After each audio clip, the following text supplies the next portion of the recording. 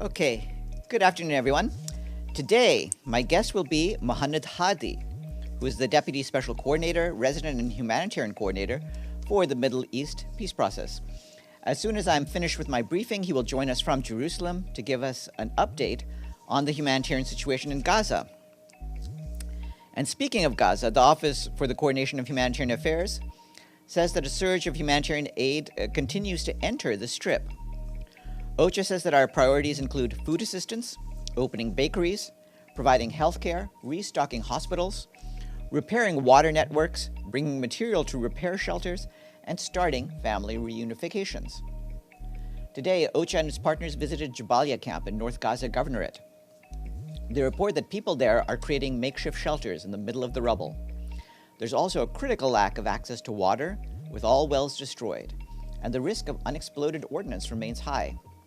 We and our humanitarian partners are mobilizing to provide food and emergency shelter support. With the ceasefire in place, displaced Palestinians have been making their way back home, with many returning to find mountains of rubble.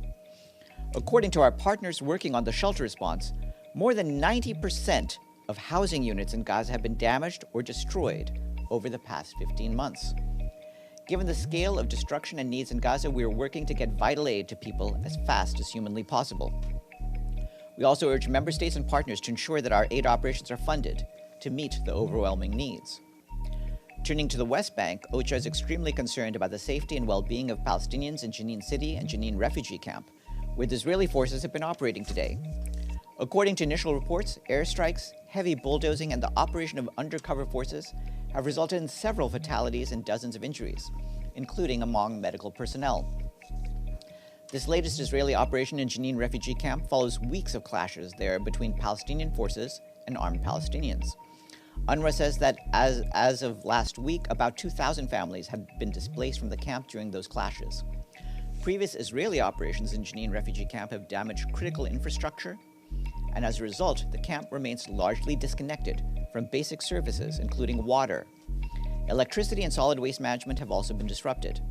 Earlier this month, the UN and our humanitarian partners were distributing mattresses and blankets to those displaced, but humanitarians have not been able to safely access the area more recently on a reliable basis. The Secretary General arrived in Davos, Switzerland this morning to attend the annual World Economic Forum. Tomorrow morning, he will deliver a special address at the forum. He's expected to say that climate change and ungoverned artificial intelligence are two profound threats that demand much more attention and intelligent collaboration than they are receiving, as they threaten to upend life as we know it. You can also expect him to reserve some sharp words at those parts of the private sector that are actively backtracking on climate goals. Later this evening, the Secretary General will participate in a leadership dialogue on digital and emerging technologies, where he will promote the recently adopted Global Digital Compact as a tool that provides a new framework to help ensure that technology benefits all of humanity, guided by strong guardrails that minimize risks while amplifying the benefits. He is expected to call on the private sector, the philanthropic community, and member states to work together with their relative strengths to ensure that artificial intelligence serves its highest purpose, advancing human progress, equality, and dignity for all countries and all people. The Secretary General will finish the day by delivering remarks at a dinner organized by global investors for sustainable development.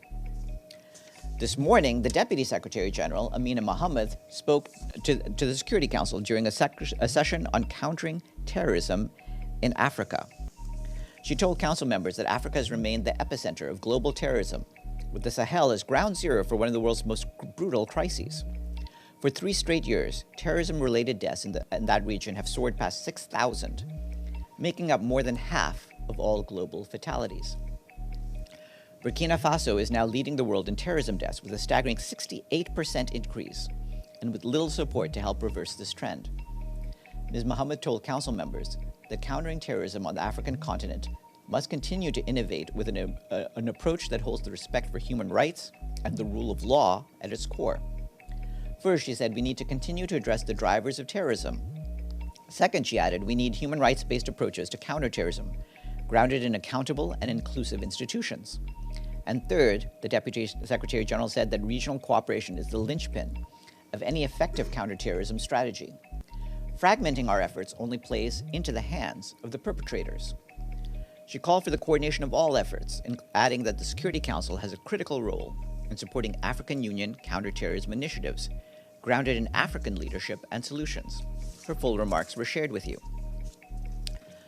Moving to Syria, the Office for the Coordination of Humanitarian Affairs tells us that amid heightened insecurity in eastern Aleppo, a UN humanitarian mission went to the city of Manbij yesterday. The mission met with local authorities, the Syrian Arab Red Crescent, and local non-governmental organizations to identify and address issues including those related to the Tishrin Dam, which continue to face attacks in its surrounding areas as of yesterday. The team also visited the Manbij National Hospital, where health workers are working voluntarily with limited resources due to past looting of equipment, ambulances, and generators. Also yesterday, OCHA and the UN Children's Fund completed a monitoring mission to the Ain al-Baida water station in eastern Aleppo, which had been recently rehabilitated with the support of the Syria Humanitarian Fund. In addition to incidents linked to ongoing hostilities, civilians, particularly children, are also at risk from explosive ordnance contamination across several governorates. Our partners have recorded 69 explosive ordnance incidents over the first 2 weeks of January, in which 45 people were killed and 60 others wounded. Since the 26th of November, a total of 134 new areas with explosive remnants of war have been identified by partners across 5 governorates: Idlib, Aleppo, Hama, Deir ez-Zor, and Latakia. As people continue to move and return to their communities, our partners are calling for increased and flexible funding for mine action, including risk education and emergency clearance, particularly roads and bridges. And OCHA says that increased funding is also needed to ensure the continuation of services, including in camps sheltering displaced people. And just to give you an example of the dire situation without sufficient funding, in northwest Syria, water and sanitation services have been suspended in many displacement camps due to funding gaps, affecting more than 635,000 people. We continue to call for the support of the international community to bridge those gaps. Turning to Mali, we and our partners, together with the country's transitional authorities, today launched in Bamako a $770 million humanitarian needs and response plan to support millions of people across the country this year. The plan aims to address the urgent needs of 4.7 million people affected by conflict, displacement, health emergencies, and climate shocks. Nearly 80% of the people to be reached with aid are women and children. The plan aims to provide them with food, water, healthcare, and protection support, among other assistance. The UN and our partners have worked closely with the Malian transitional authorities to develop the needs analysis and response plan. We're also working hard to ensure humanitarian action complements and promotes resilience and longer-term development goals. We're grateful for the authorities' continued leadership on these issues and welcome our ongoing partnership to deliver principled humanitarian aid and support resilience and development. Last year, partners mobilized nearly 40% of what was required, just over $270 million, enabling life-saving assistance and protection to reach 1.8 million people. The acting humanitarian coordinator there, Hasim Deng, said that it is urgent that the entire humanitarian community and donors renew their commitment to addressing essential humanitarian needs. Turning to Mozambique, the Office for the Coordination of Humanitarian Affairs says that access issues continue to hamper humanitarian operations in some parts of the country. Our humanitarian partners say that access restraints, including illegal checkpoints, unofficial requests for payments to cross checkpoints, and threats to NGO vehicles and other government convoys carrying aid, are affecting the main supply roads that our partners use in Cabo Delgado. OCHA is engaging with provincial and district authorities, including community leaders, to advocate for the safe access and safety of humanitarian workers. Meanwhile, insecurity across the provinces of Cabo Delgado and Nampula is also disrupting the delivery of humanitarian aid to more than 700,000 people impacted by the 2 recent cyclones in the country. And you may have seen our comments in response to your questions on the White House announcement that the United States will withdraw from the Paris Agreement, but I wanted to read it into the record. The Paris Agreement was adopted by all the world's nations in 2015 because they recognized the immense harm that climate change is already causing and the enormous opportunity that climate action presents. It offers a meaningful, yet flexible framework for action by all countries. The last 10 years have been the hottest in recorded history. We have to look no further than Los Angeles to see this human, ecological, and economic disaster play out. The collective efforts under the Paris Agreement have made a difference, but we need to go much further and faster together. The transformation envisaged in the Paris Agreement is already underway. The Paris Agreement has unleashed an energy revolution, offering unparalleled opportunities for countries and businesses to invest in renewables that power the 21st century jobs and prosperity. Leaders must seize these opportunities in this critical decade for climate action. The Secretary General remains confident that cities, states, and businesses within the United States, along with other countries, will continue to demonstrate vision and leadership by working for the low-carbon, resilient economic growth that will create quality jobs and markets for 21st century prosperity. It is crucial that the United States remain a leader on environmental issues. And last, the World Health Organization today said that it regrets the announcement that the United States of America intends to withdraw from the organization. And I would also like to add the Secretary General's consistent support for the work of the World Health Organization. WHO pointed out that the United States was a founding member of WHO in 1948 and has participated in shaping and governing WHO's work ever since, alongside its other member states, including through its active participation in the World Health Assembly and Executive Board. For over 7 decades, WHO and the USA have saved countless lives and protected Americans and all people from health threats. Together, WHO and the US ended smallpox, and together, WHO and the US have brought polio to the brink of eradication. With the participation of the United States and other member states, WHO has, over the past 7 years, implemented the largest set of reforms in its history to transform its accountability, cost-effectiveness, and impact in countries. This work continues. WHO said that it hopes the United States will reconsider. The agency added that it looks forward to engaging in constructive dialogue to maintain the partnership between the USA and WHO for the benefit of the health and well-being of millions of people across the globe. And that's it. Yes, Gabriel? Thank you, Farhan. Who is the UN's liaison to the new administration in Washington? The UN's liaison? Who at the UN is communicating with the Trump administration? We have our information center there. I believe the head of the information recently was William Davis. I think that there's been a change recently, but I'll check. Okay, and on Gaza, OSHA announced 915 trucks getting into Gaza in a 24-hour period. Earlier this month, as early as January 16th, there were only 6 trucks. Of course, that was before the ceasefire. My question is it clear now that Israel was using, for many months now, using starvation as a weapon of war? Well, I don't want to get into what the motivations are. Obviously, there was a war fighting going on, but of course, our guest, Mohammed Hadi, will be here to talk to you further about what the conditions in Gaza have been.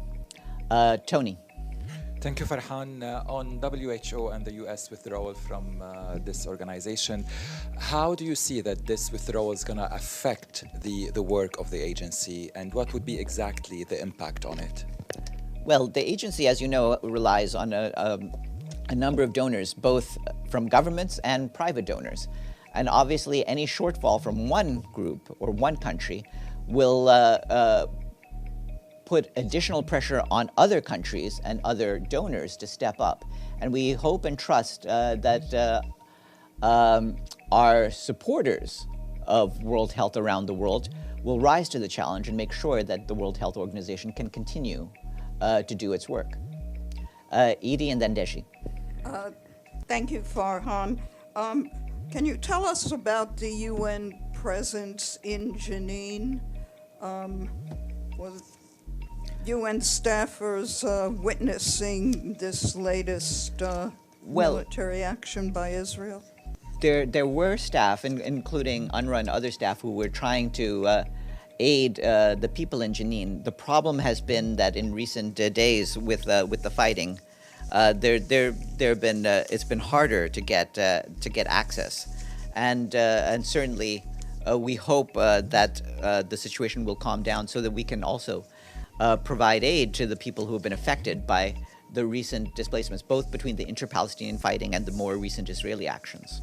And on a completely different subject, the United Nations, in many aspects, came under sharp criticism today at the confirmation hearing for the next U.S. ambassador to the United Nations, and I wondered if the UN had any response.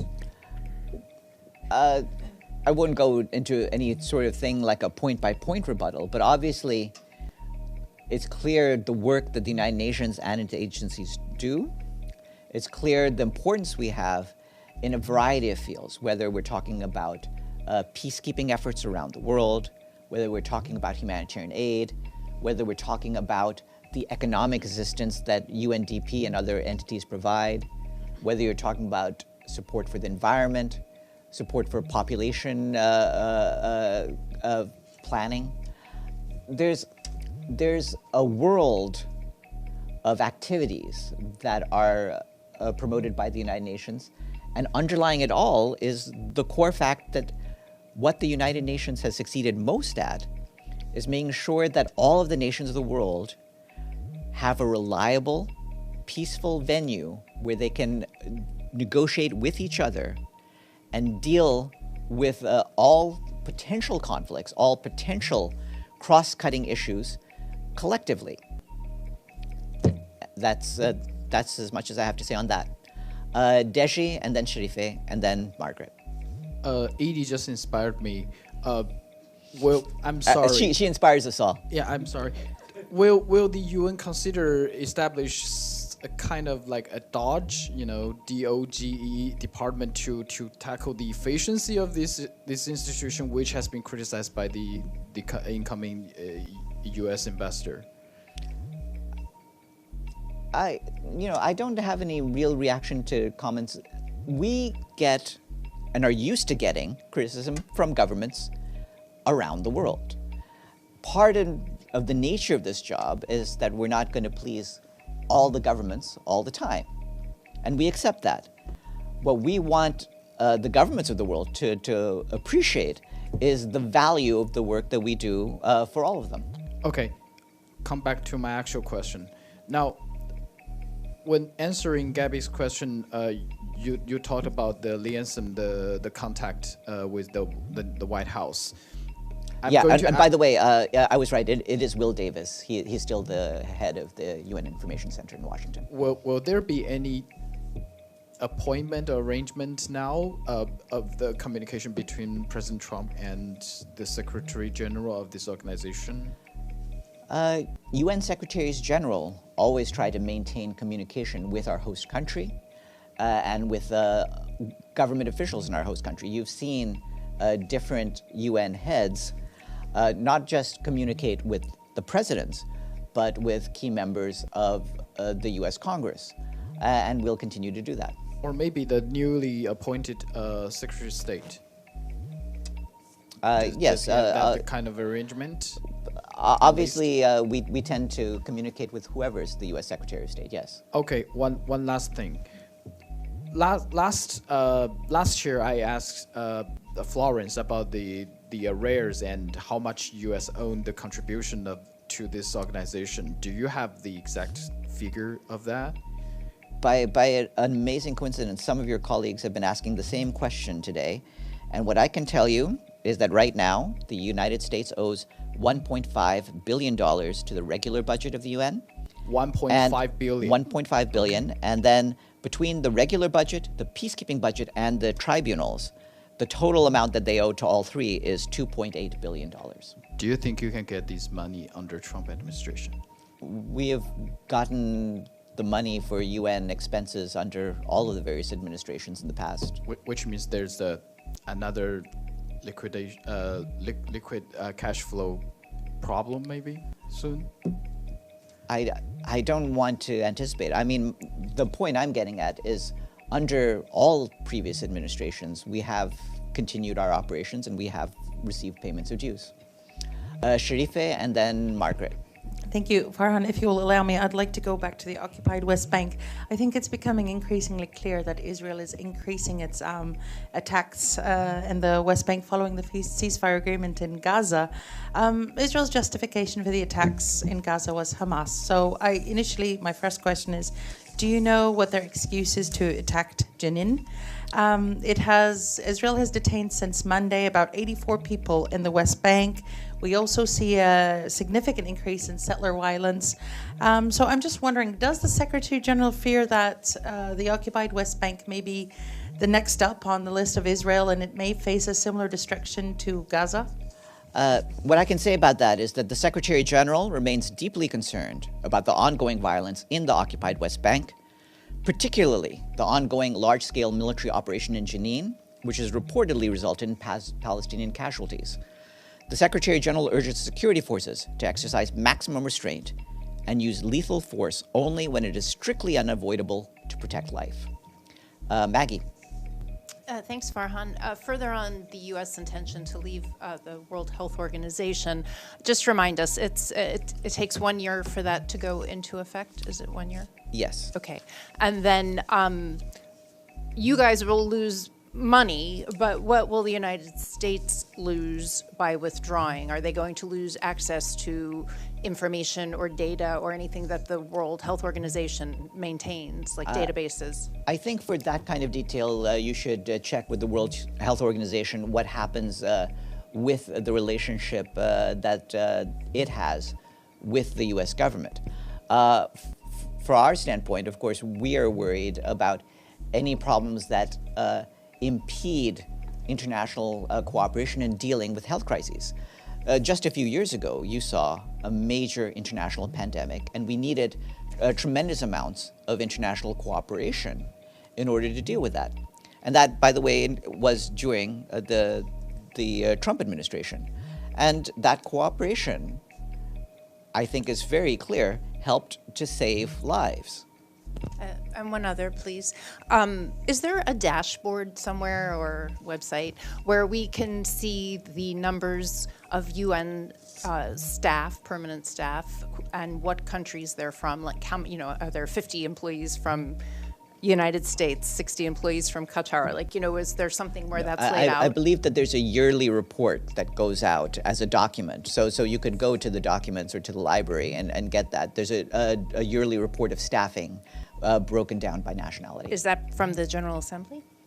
I believe it would be probably a General Assembly document. But yes, it should be available online and in the online and in the library. And then just one more on the announcement about leaving the Paris Accord. President Trump repeatedly said yesterday at various speeches and appearances, drill baby drill, that's going to be one of his administration's mottos. I know the Secretary General has repeatedly called for the end of fossil fuels. So what is his particular reaction to that particular new policy? I don't think a catchphrase is a policy, but beyond that, the Secretary General's point of view is that there's no future in fossil fuels. We need to move towards a green economy and a sustainable economy so that we and future generations can continue to live in a planet that is livable. Ibtisam, and then we're going to go to the screens, and then we'll have round two of questions. But yes, Ibtisam. Thank you, Farhan. Just to follow up on the WHO and the Paris Agreement, you confirmed to Maggie that it takes 1 year to go into effect when it comes to WHO. Is it the same? If I remember that correctly, it's the same also for the Paris Agreement. Is that correct? Yes, it is. And do you know how much the US owns WHO, or is it still owning WHO or something? I believe that they paid WHO recently, but you can check with our WHO colleagues where they stand. Okay, and then just a follow-up on the issue of the US dues and them not paying part of it. Can you remind us? I know that usually if you don't pay your dues, you lose part of, you use your vote. The rule is, when it does, the rule is if your arrears to the regular budget are equal to the past 2 years' worth of regular budget dues, then you lose your vote in the General Assembly. Okay, let's go quickly to the screens and then we'll go back into the room. Abdul Hamid, I believe you had a question? Yes, I do, Farhan, thank you. I have two questions. One on the released Palestinian and Israeli prisoners or captives. Have anyone from the UN compared the health situation of both sides, the 3 Israeli released and the Palestinian? Did anyone see the situation of Khalid al-Jarrar, who's a member of the Palestinian Council, and how does she look? I believe that there are people examining the health of all of those who are released. My second question, it's a war in Gaza that lasted 471, and the Secretary General did not step a foot in the war zone. How did that will resonate in the future for him to eyewitness and be in charge of the UN, observing a genocide war for 471 and not going to the field and see it by himself? A number of UN officials were in Gaza, and the Secretary General himself, as you know, visited Rafah, so I'm not really sure what the point of your question is. Okay, Michelle Nichols. Thanks, Farhan, and apologies if this has already been asked. I'm monitoring a few things at once. President Trump signed an executive order last night pausing foreign development assistance for 90 days. Does the UN have any clarity on how that might affect the UN and UN agencies? It's not clear what effect that pause will have. Obviously, payments to different bodies and different agencies often take a period of time due to different budgetary cycles in different nations, so it's unclear. And then just on you mentioned that you have to be 2 years in arrears to lose your vote in the GA. How close is the US to being 2 years in arrears? You could do your the math for yourself, but I believe the answer is it's not especially close right now. Mike Wagenheim? I was hoping you wouldn't say that. Mike? Yeah, Michelle actually took my question, so I don't have a question, but I do have an answer for Margaret. I had to research that report, so just for your information, it's a General Assembly report. It's called Composition of the Secretariat, Staff Demographics. It's a report of the Secretary General. Hope that helps. Thanks, guys. Thank you very much. I love when reporters help chip in with all this stuff. Edie. Going back to the U.S. arrears, you said 1.5 billion for the regular budget, and then the total was 2.8 billion. So that means there was 1.3 billion between peacekeeping and the tribunals. And the tribunals. How Right. much was peacekeeping? I don't have the breakdown for each, but I believe that's in a document. I can find that for you. And did the U.S. usually pays after its fiscal year? Did the U.S. actually pay anything for the last fiscal year? Yeah, I believe we got very large payments towards the end of last year, the last few months of last year. There were not full payments to the budget, but there were substantial payments. Can we get some details on? Can you check on the details on that? Thank you. Sure, I'll try to get some further details about what the last payments were. Stefano, and then Gabriel, and then Dennis, and then we'll go to our guest. Thank you, Farhan. About President Trump's speech yesterday, when he mentioned again Panama, and he said that United States will retake the Panama Canal. You know, before we asked this question before, but the answer was that one administration at the time. Well, now there is actually the administration. He was president when he mentioned those words. Shouldn't that Secretary General say something about it? I mean, when a country, when a president of the country basically says that he will take territory of another country? when it comes to any of these questions involving actual member states' territory, obviously we are governed, as you know, by the UN Charter, and you know that the UN Charter stands for the respect of the sovereignty and territorial integrity of member states, and all member states and their sovereignty and territorial integrity must be respected. Just a follow-up. Did the president of Panama contact in the last few hours the UN, the Secretary General, about this issue? I'm not aware that he's had any contact with the Secretary General, no. Gabriel, and then Dennis, and then the guest. Thank you, Farhan. I appreciate it. Now that the UN is able to get into areas of Gaza that they weren't able to before, given the ceasefire, does the UN feel that the death toll could rise in Gaza due to people that are buried under the rubble? Now that there is a ceasefire, we hope that we will be able to get more reliable information and see whether either people can be found, or alternately, if they've perished, if we get that information. All of that will become more clear, but certainly one of the things that needs to happen is we need to be able to go about rubble removal. Dennis? I have a couple of questions. First, Trump repeatedly said that he wants to rename Gulf, several geographical. Whoever is Okay. online with their audio on, please turn that off. Sorry, Dennis. sorry في الدار في Okay. Sorry, Dennis, what was your question again? I couldn't تمام quite. اليوم بدي اروح اجيب الاولاد على الاربعه Abdul Hamid, mute yourself. اسوي لهم Sorry, اليوم Dennis. اثنين بخلصوا عندهم درس اسمه نشيد. Okay, Dennis? Yes. Yes, please. So I'll go there. I'll go there around the 3:45 and I will pick them up here and Abdul Hamid. Can my colleagues who are on the Zoom please write to Abdul Hamid and tell him to mute? Yes, Dennis, please.